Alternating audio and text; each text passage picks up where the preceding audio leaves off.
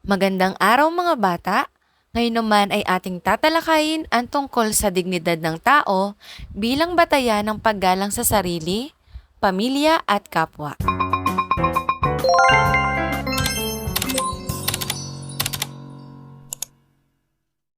Dahil ang ating aralin ay tungkol sa dignidad, alamin natin kung ano nga ba ang salitang dignidad. Ang salitang dignidad ay nagmula sa salitang Latin na dignitas na nangangahulugang halaga o kahalagahan. Ito ay isang mahalagang salita na nagpapaalala sa atin ng ating kahalagahan bilang mga tao. Bawat buhay ng tao ay may pantay na halaga at may pantay na dignidad. Ang orihinal na kahulugan ng salitang dignidad ay nagtakda na ang isang tao ay karapat-dapat sa respeto dahil sa kanilang estado. Ngunit kalaunay nabigyan ito ng panibagong konsepto ng United Nations o UN na nakapaloob sa Universal Declaration of Human Rights o UDHR.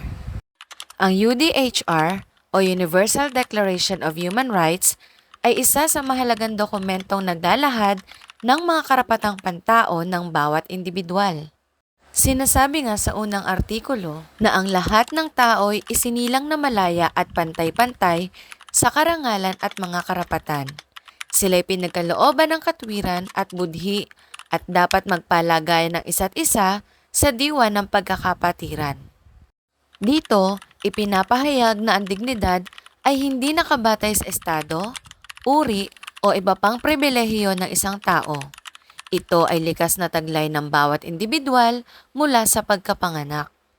Ayon kay Attorney Jacqueline Andigua, tagapagsalita ng CHR, bahagi ng responsibilidad ng pamahalaan ang pagtiyak na lahat ng mamamayan, anuman ang kanilang kasarian, ekonomikong kalagayan, relihiyon o politikal na pananaw, ay nabibigyan ng sapat na proteksyon laban sa kawalang katarungan at mga paglabag sa dignidad ng tao. Ang dignidad, ayon kay Santo Tomas de Aquino, ay ang halaga ng isang bagay na hindi lamang batay sa kanyang pagiging kapaki-pakinabang sa iba, kundi sa kanyang sariling kabutihan. Sa pag-unlad ng ating sariling dignidad, mahalaga ang pagtanggap sa ating mga kakayahan at kahinaan, at pagpapasya na magpakabuti ng hindi naaapektuhan ang dignidad ng iba. Ang pagkilala naman sa dignidad ng pamilya ay nagpapakita ng pagbibigay halaga at paggalang sa bawat miyembro ng ating pamilya.